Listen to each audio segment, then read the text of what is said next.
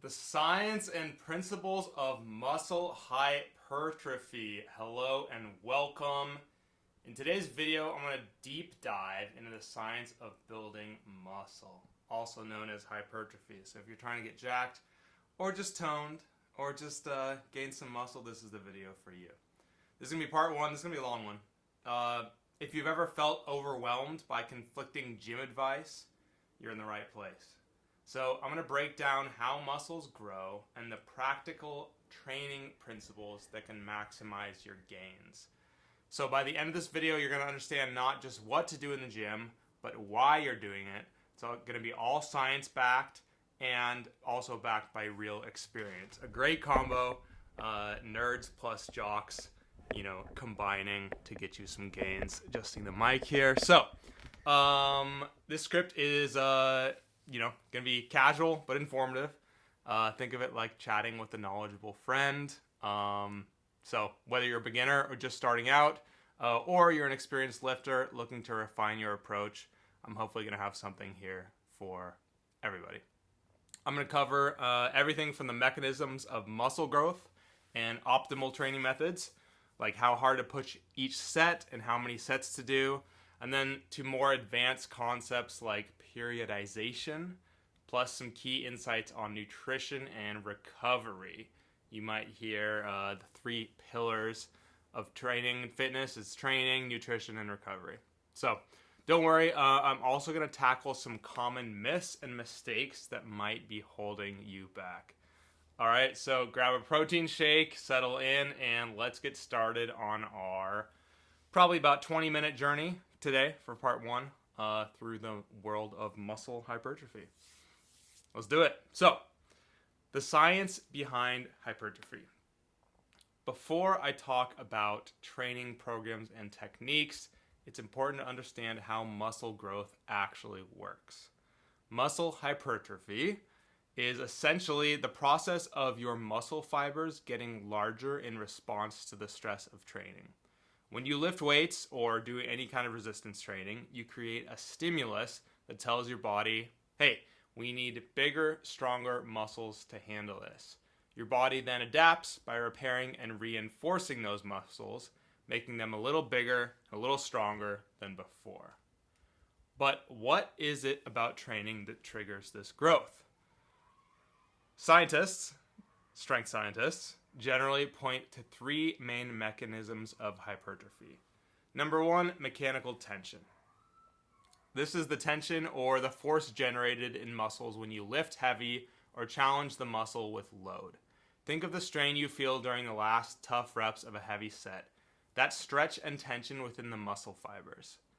High mechanical tension, especially during the eccentric phase, when the muscle is lengthening under load. Examples of eccentric is like for bicep curl, it's lowering. For, say, a lateral raise, also lowering. If you're doing a bench press, it's lowering. So that's the eccentric phase. High mechanical tension, especially during the eccentric phase, is considered the primary driver of muscle growth, okay? So this is why we often like to go slow on the eccentric. So fast up, slow down. Like a second up, 3 seconds down. For leg press, say use your legs.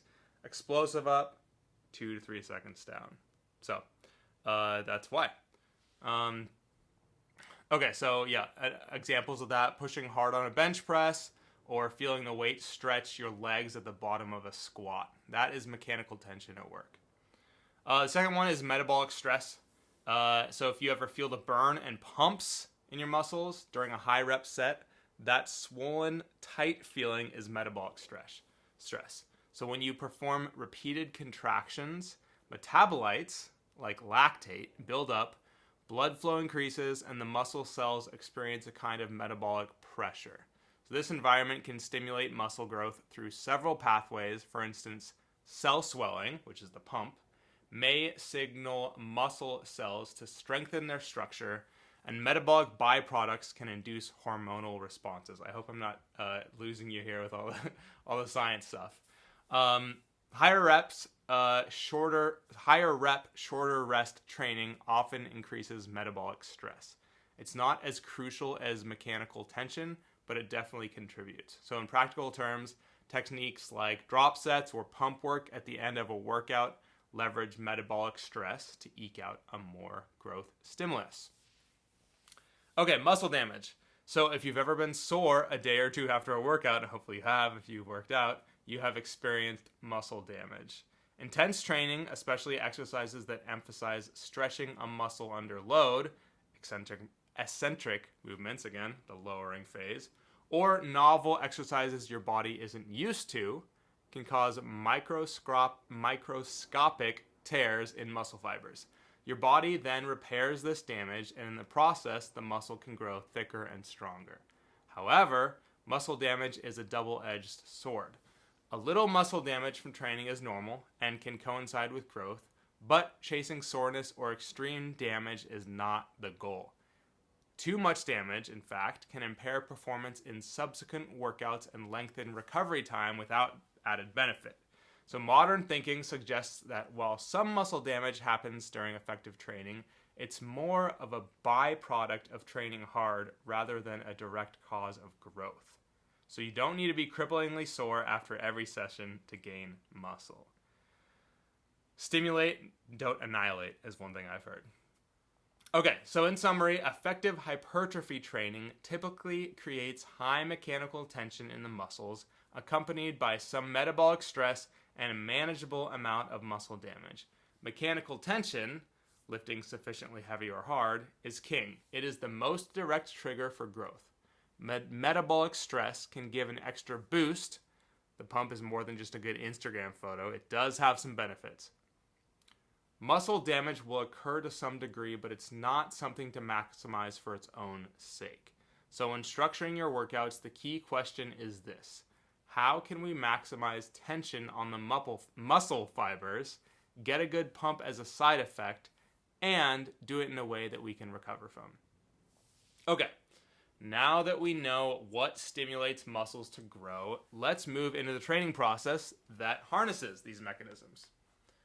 First up, we need to talk about training intensity, specifically how hard to push each set. That is where concepts like RIR and RPE come in. So let's talk about them. RIR and RPE, training intensity explained. You might have heard people throw around terms like RIR, which means reps in reserve, or RPE, which is rate of perceived exertion, when discussing training. If you're not familiar with these, it can sound like alphabet soup, but these concepts are hugely useful for hypertrophy training. They help answer the question, how hard should you be pushing in each set to maximize muscle growth?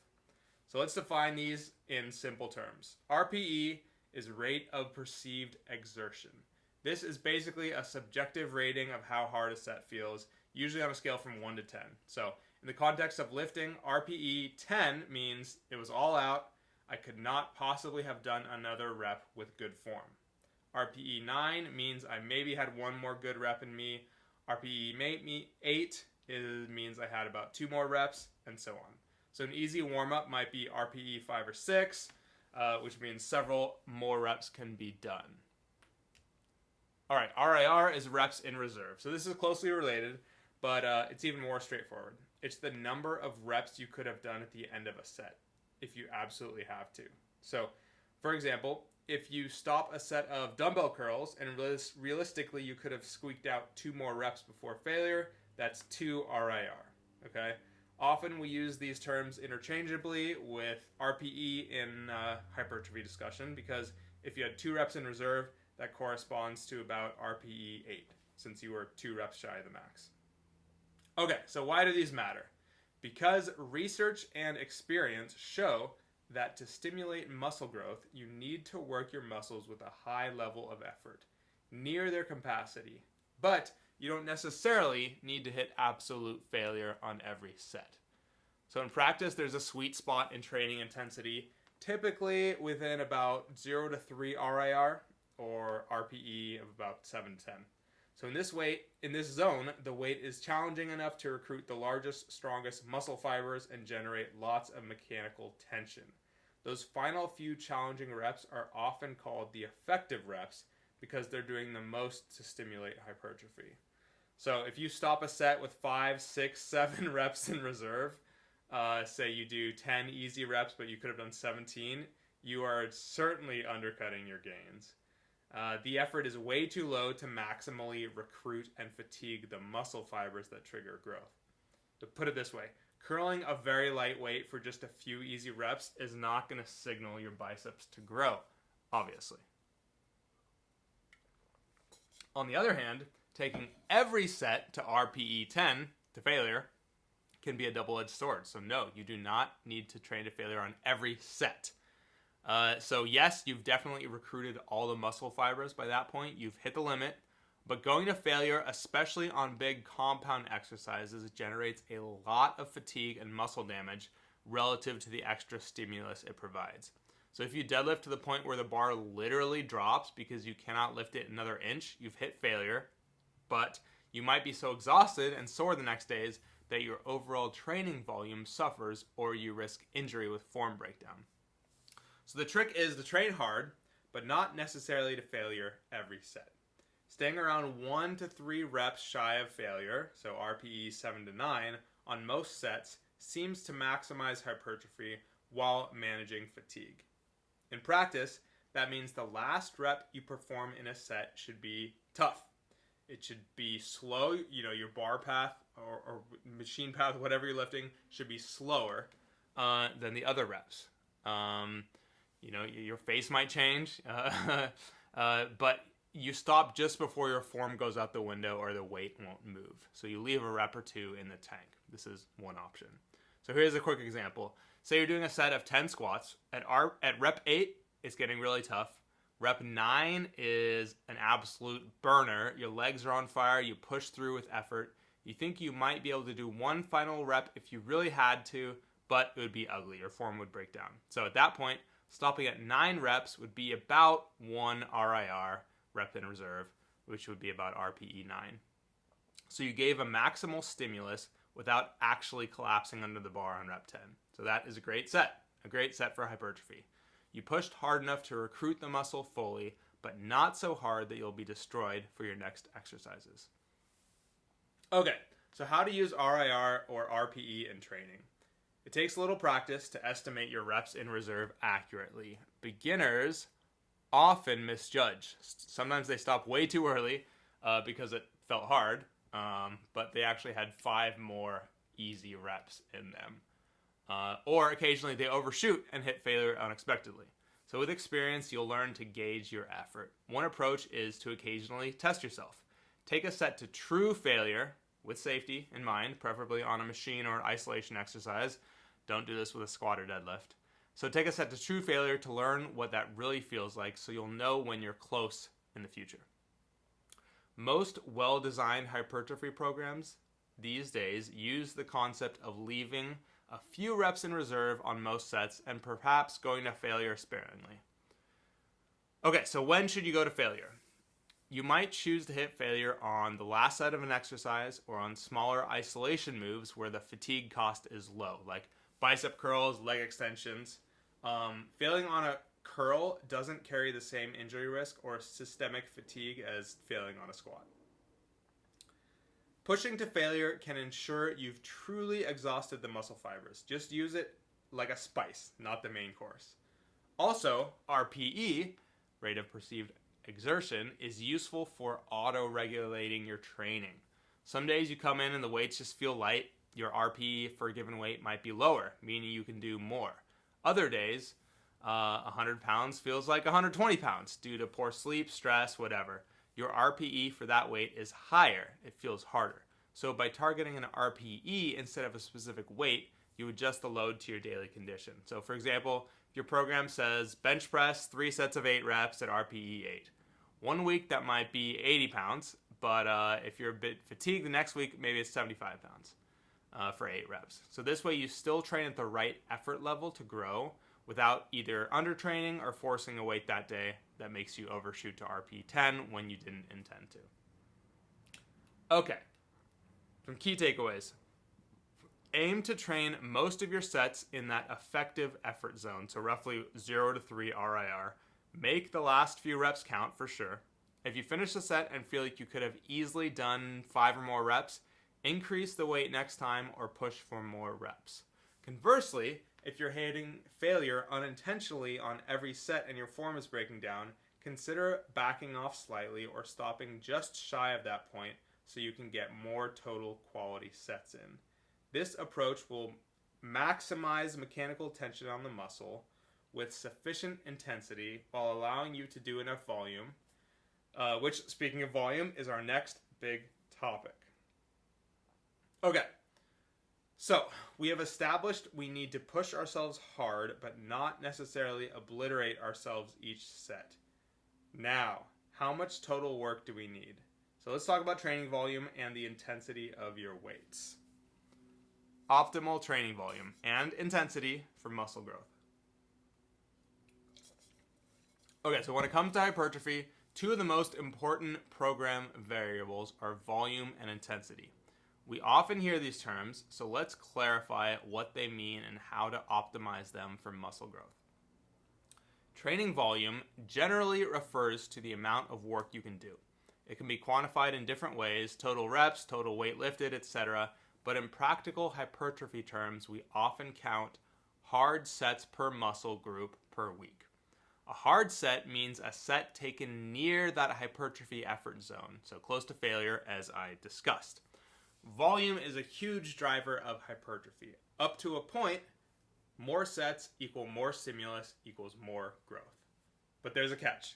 If you do too much volume, you can overwhelm your capacity to recover or even start regressing. Think of volume like sunlight for a plant. A certain amount helps it grow, but endless sun with no rest will dry it out. So we want to hit that sweet spot. So, dropping it here. How much volume is optimal? This will vary per person and per muscle group, but researchers have given us some ballpark ranges. So common guideline is about 10 to 20 hard sets per muscle per week for intermediates. Beginners can often grow well on even fewer sets, say like 6 to 10 sets per week, because their muscles are very sensitive to new stimuli. Advanced lifters sometimes need on the higher end, 15 to 20 plus, to continue progressing, since their muscles have become tougher to stimulate. So the newer you are to training, basically the less volume, the fewer sets per week you need to do. So let's put that into context. If you're training chest, for example, 10 sets per week could be split as 5 sets on Monday and 5 on Thursday. So you're hitting chest twice a week, which I will talk about in the frequency section later on. Or you could do 12 sets for back. It might be spread over, say, 3 days, 4 sets each. Okay, it depends on your split, of course. The idea here is to give each muscle enough quality sets each week to grow. Okay, what happens if you do less than your optimal volume? You might be leaving gains on the table. Your muscle gets a stimulus, but not quite enough to maximally adapt. What if you do more than about 20 hard sets regularly? You may find you're constantly sore, fatigued, or not improving despite killing yourself in the gym. That is a sign you might be doing more than you can recover from, turning those extra sets into what we call junk volume. Junk volume is work that doesn't lead to extra growth, and we do not want that. More volume leads to diminishing returns. The first 5 sets might give you a big growth stimulus, the next 5 a bit less, and by 25 sets you're probably seeing very little additional gain, maybe even a decline. So if you're just sitting on the couch all day, you're at 0. Slowly more volume levels out, and at some point it actually declines. Most people are not at that decline phase, by the way. So a good approach is to start at a moderate volume and adjust. So for example, if you're not sure, try about 10 hard sets per muscle per week and see how you respond. Are you gaining strength or reps on those sets over time? Are your muscles growing? Do you feel recovered, or are you utterly wiped out? If all signs are good, you can consider adding a bit more volume in the next training cycle to see if it accelerates growth. If you're not progressing or if you feel underworked, add a couple sets. If you're overly sore and tired, scale back a bit. It's about finding that sweet spot for you. Okay, now let's combine volume with intensity. And here I mean intensity in terms of load or weight on the bar. In strength training, intensity often refers to the percentage of your 1 rep max you're lifting, or broadly, whether a weight is heavy or light for you. So strength versus hypertrophy training. If you didn't know, strength is more like powerlifting. Hypertrophy is more like bodybuilding. Probably should have mentioned that at the beginning. So obviously, whenever you lift weights, you're going to get strength and hypertrophy. Hypertrophy refers more to muscle growth. But if you're doing fewer reps, say like 1 to 5, that's kind of known as the strength zone for powerlifters. And you're still going to get, bigger, but you're going to get more strong than you are getting big. Whereas hypertrophy, which means growth, muscle growth, is more like 6 to 12, even 15, 18. And then you're obviously going to be getting stronger, but this is the optimal way to make your muscles larger. So basically, if you want to get bigger, do hypertrophy training, which is what this video is all about. Not to say that powerlifters aren't big, they certainly are. But anyways, I digressed. Let's see here. All right, so for hypertrophy, one thing that we have learned is that muscle growth can occur across a wide range of loads. So you can build muscle with relatively light weights or heavy weights, as long as you work close to failure. So lifting heavy loads, say like 80 to 90% of your 1 rep max, which might be a weight you can do for 4 to 6 reps, generates a ton of mechanical tension per rep. This is absolutely great for recruiting muscle fibers. You will activate almost all fibers, even in the first rep or two, because the weight is so challenging. These heavy sets will stimulate hypertrophy and also build strength. However, heavy sets come at a cost. You can only do a limited number of reps, which means less cumulative time under tension and potentially more joint stress. They also require longer rest and fatigue your nervous system quickly. So while effective, you can't do a ton of sets of heavy triples or 5s for hypertrophy. You would likely burn out or get injured. Lifting moderate loads, around 60 to 75% of 1 rep max. So we're talking the classic 8 to 12 reps range, maybe up to 15, is often considered the sweet spot for hypertrophy. Why? Because it strikes a balance. The weight is heavy enough to produce good tension and recruit fibers after a few reps, but light enough that you can do a decent number of reps to get a solid time under tension and metabolic stress. Most people find this range efficient and manageable for multiple sets. It is no coincidence. Traditional bodybuilding programs often revolve around 8 to 12 rep sets. It's a very effective zone for muscle growth for many exercises. Lifting light loads, say 30 to 50% of 1 rep max, which might be 20 to 30 reps to failure, can also build muscle. Research has shown that as long as these sets are taken closer to failure, even sets of 20 to 30 reps can hypertrophy muscle fibers, including the type 2 fibers once you fatigue the type 1. These high rep sets create a lot of metabolic stress, which is the burn and pump will be intense. And still by the final reps, these generate tension as the fatigued fibers struggle. The downside is that they can be really uncomfortable, okay? Burning pain from these. And you have to do a lot of reps, which can be time consuming. Also, very high rep training might preferentially build more muscular endurance. You'll still get bigger, but perhaps not as efficiently as moderate reps, especially for bigger muscle groups. So, that is why we don't do super high reps. I mean, you can, but it takes a lot of time. Hurts a lot for, kind of the same or even less results. So, is there an optimal rep range? Not strictly. Hypertrophy is possible with a broad rep spectrum. We're talking 5 reps up to like 30 reps or so. However, practically speaking, most of the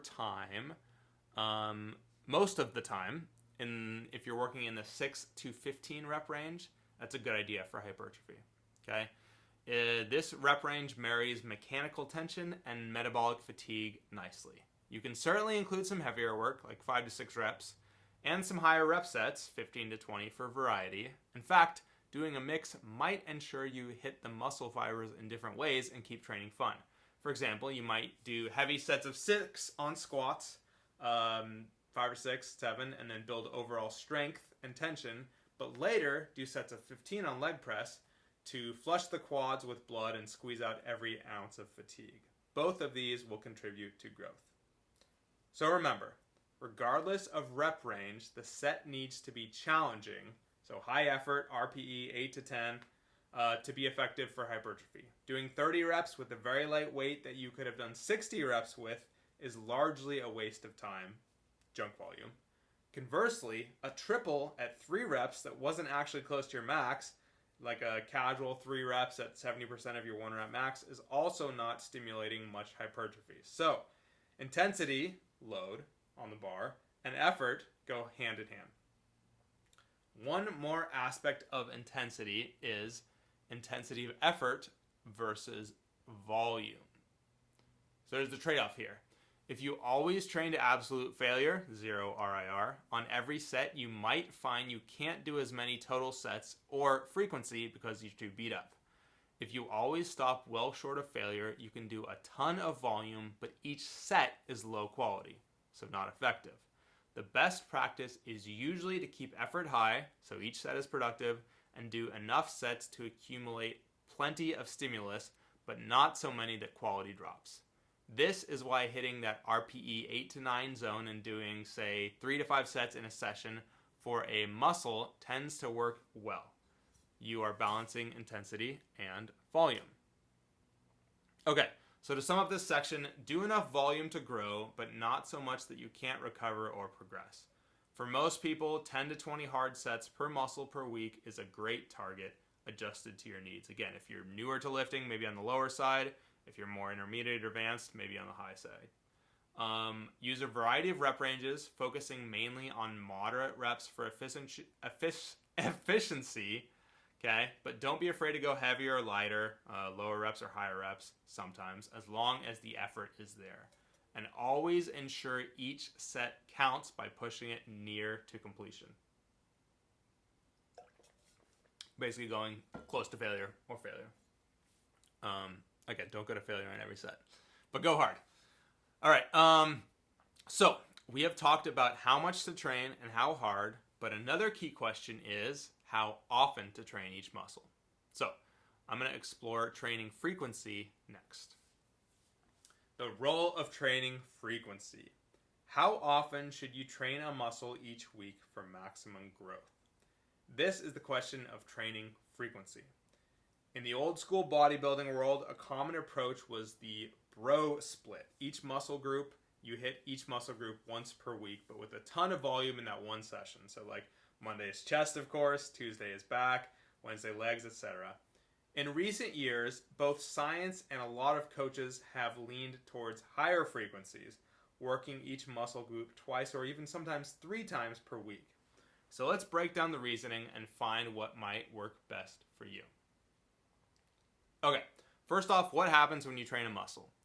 You stimulate muscle protein synthesis, which is the process by which your body repairs and builds muscle. Research shows that after a good weight training session, muscle protein synthesis in the worked muscles stays elevated for about 24 to 48 hours. A bit shorter for more highly trained individuals, and a bit longer for gym noobs. So during this window, your muscles are in growth mode, given adequate nutrition and rest, of course. So after roughly 2 to 3 days, that elevation returns to baseline. So at that point, the muscle is basically ready to be trained again to get another growth stimulus. So if you train a muscle only once per week, that means it gets a spike of growth stimulus on that day, but then it may go several days with no direct stimulation. So then by day 4, 5, or 6, it's just chilling, waiting for the next Monday chest day to come around. So in contrast, if you train it twice per week, you can imagine you could get 2 growth spikes. So maybe you do Monday and Thursday for your chest. Thus, you get more frequent signaling for muscle growth. However, frequency is not magic on its own. It often interplays with volume. So typically, if you increase frequency, you distribute your volume across more sessions, okay? So for example, say you do 12 hard sets for legs in a week. If that's all on one leg day, those latter sets in that workout might suffer because you're already tired from the earlier sets. You might squat heavy, then by the time you get to leg press and lunges, your performance is down, and each set might be a little less effective. And then, of course, you're very sore for the next few days. If instead you split it up by 6 sets on Monday and 6 sets on Thursday, you're fresher in each session and can push each exercise with higher quality. So you'll also get that stimulus on 2 separate days with time to recover in between. So what does the science say? Studies and meta-analyses generally find that training a muscle group about twice per week often yields better hypertrophy results than training it once per week when total volume is the same. The benefit isn't massive, but it's consistent, likely because of the factors that I just described. More frequent stimulation for muscle growth, better per set quality. Training a muscle 3 times per week, like full body workouts or specialized high frequency programs, can work well, especially if you need to spread a large volume, but the returns are smaller and it requires careful planning to avoid overlap fatigue. So for example, some advanced lifters might hit a muscle 3 times in a week with fewer sets each time. So like 4 sets over 3 different days, which is 12 sets total per week.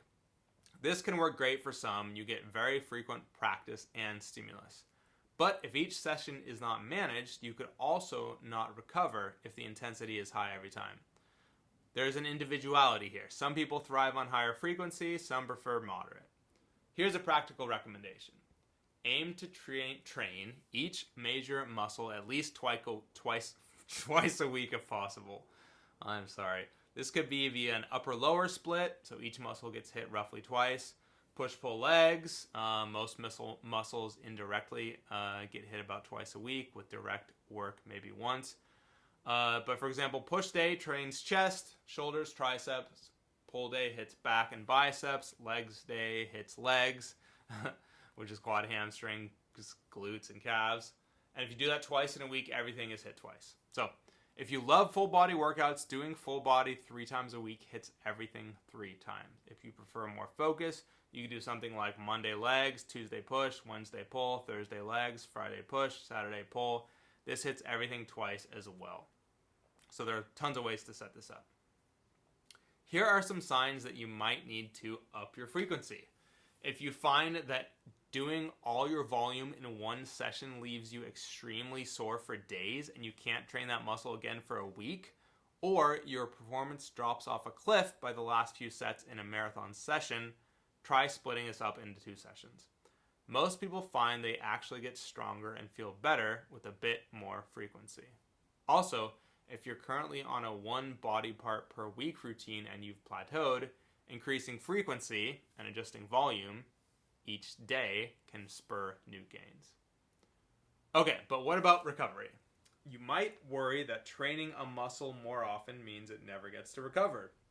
As long as you distribute the volume intelligently and don't destroy the muscle every day, it will recover. Remember, muscle can recover within 48 hours from moderate damage. If you blast it with 20 sets in one session, sure, you're going to need a week off. But if you did 3 sets today and 2 days later, that's usually very manageable because the muscle damage per session is lower. In fact, many find they are less sore doing smaller, more frequent sessions than one giant one. In summary, frequency is a tool to organize your volume and keep the growth signals frequent. For most people, twice a week per muscle is a sweet spot for hypertrophy. Once a week can work, especially if you're newer or you're pressed for time, but it might not be optimal. 3 times can also work if you adjust volume per session downwards and you manage fatigue. So, as you advance, you might experiment with specialization cycles. So, for example, training a lagging body part 3 times a week for a while with higher volume while maintaining others. But that's more advanced programming for a different video. So, bottom line here is with frequency, find a frequency that allows you to hit your volume and your intensity targets while staying fresh enough to progressively improve over time. Consistency is key, so a schedule that fits your life, one that you can stick to, is very important. If you can only go to the gym 3 days a week, a full body or upper lower split will be perfect for you. If you love being there 6 days a week, a higher frequency body part split is fine. So work each muscle regularly, give it at least 1 to 2 days rest before hitting it again hard, and then you will be golden. Okay, now that we have how much and how often to train, let's talk about how you perform your reps, specifically tempo and time under tension, which are sometimes misunderstood. Tempo and time under tension.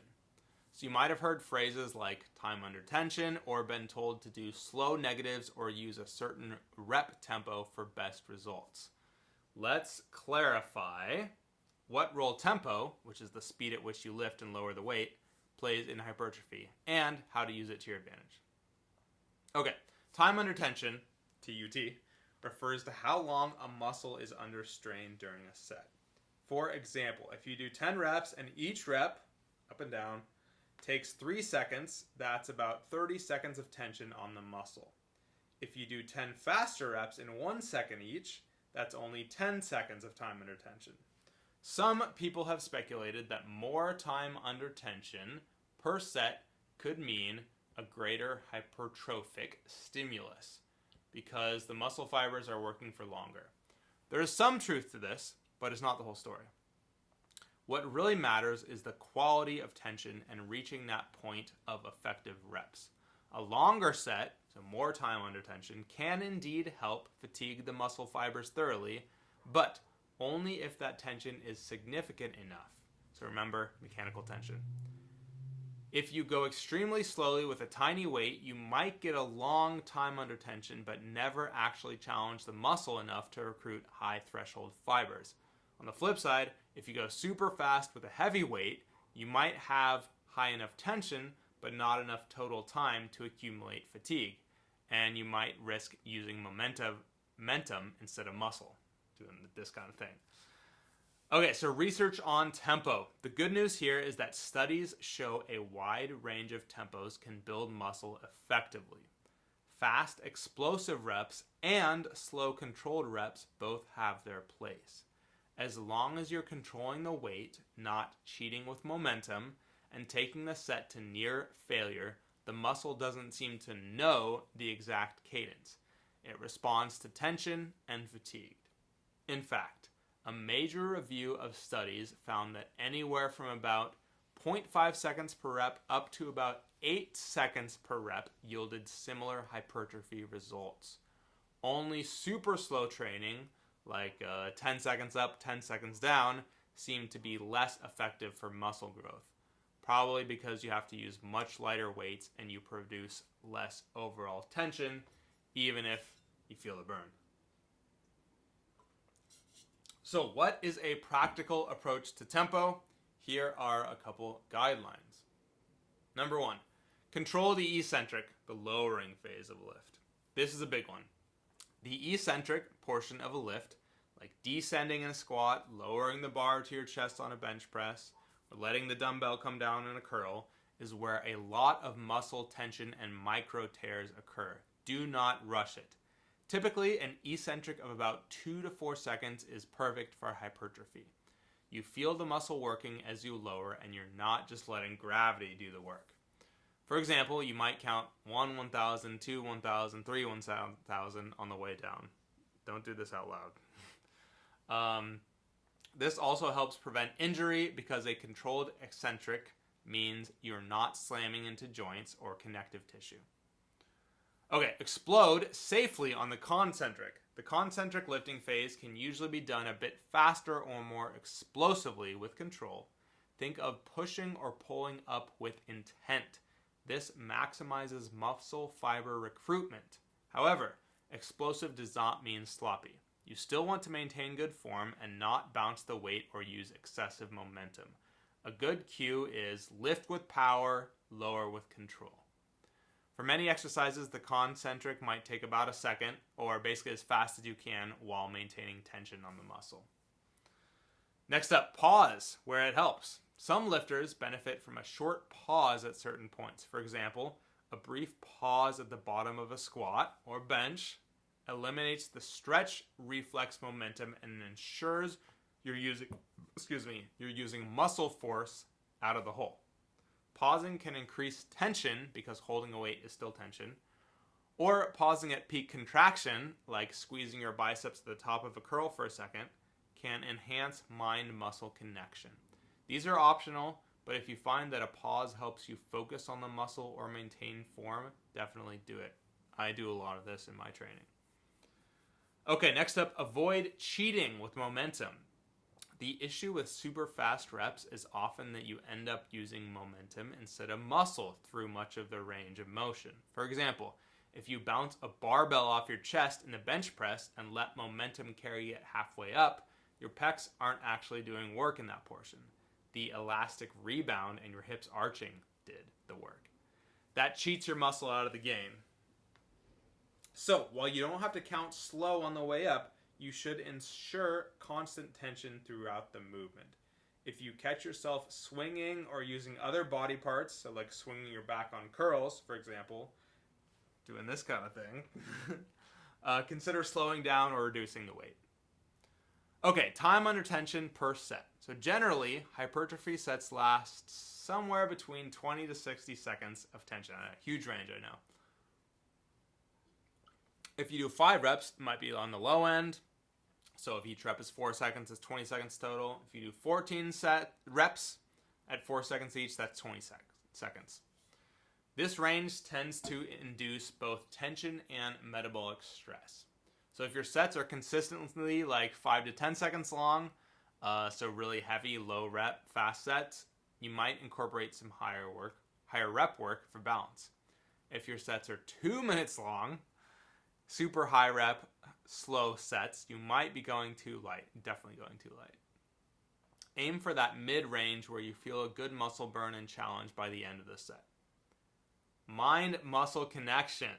So tempo goes hand in hand with developing a feel for the target muscle, especially on isolation exercises. Using a controlled tempo and focusing mentally on the muscle contracting can improve activation. There is evidence that for certain muscles like biceps or pecs in isolation work, consciously thinking about the muscle working can lead to greater growth in that muscle, presumably by activating more fibers. So for those curls, instead of swinging wildly, slow it down on the eccentric and really squeeze the biceps each rep. Feel the tension because that is what stimulates growth. Okay, putting it into practice. A common recommendation is a tempo like 2 to 1, so 1 to 0. So that's eccentric positive language. So what that means is 2 second eccentric, 1 second pause if needed, 1 second concentric, and 0 second pause at the top. Don't worry about all that mumbo jumbo, but you don't need to micromanage it like a stopwatch. Here's the simple version. Lift the weight under control and lower it under control. If you control it, chances are that your tempo will naturally be in a good range. Your muscle should be doing the work throughout the motion. No part of the rep is just flopping or dropping the weight. And here's a bonus. Controlling tempo, especially the eccentric, is good for safety and joint health. It prevents those sudden, jerky movements that might cause injury. It also tends to increase muscle damage slightly, which, as I said, isn't the main goal, but does occur from eccentric strain and can contribute to hypertrophy signaling. One caution, when we say don't go too fast, that mostly means don't perform reps so fast that form breaks or tension is lost. But also, do not exaggerate slow lifting too much either. As noted, super slow training, like those extreme 10-second reps sometimes marketed, usually just means you use a tiny weight and still end up fatiguing more from metabolic burn than true tension. It is not necessary and can be counterproductive if it significantly reduces the load and reps you can handle. A moderate cadence, moderate tempo is best for most people.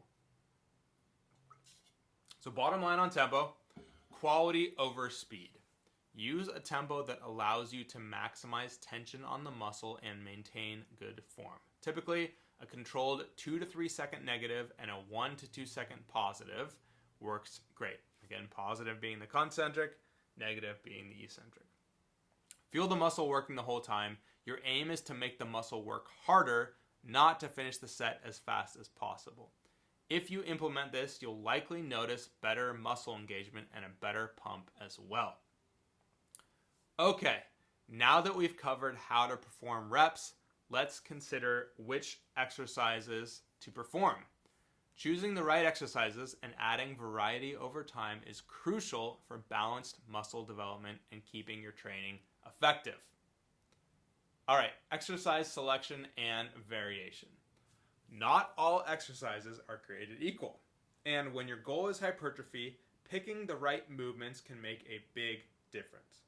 Let's talk about exercise selection, which exercises to include in your routine, and variation, how and when to change things up. So, big compound movements versus isolation movements.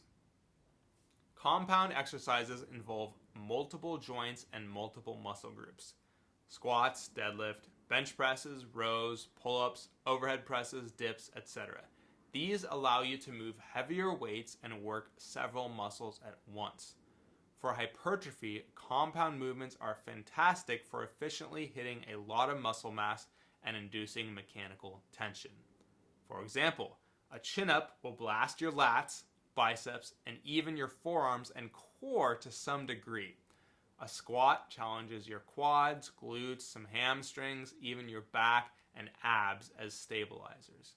Because of their ability to generate high tension, compound lifts should form the backbone of your program. They also have a side benefit of building functional strength and stimulating anabolic hormones.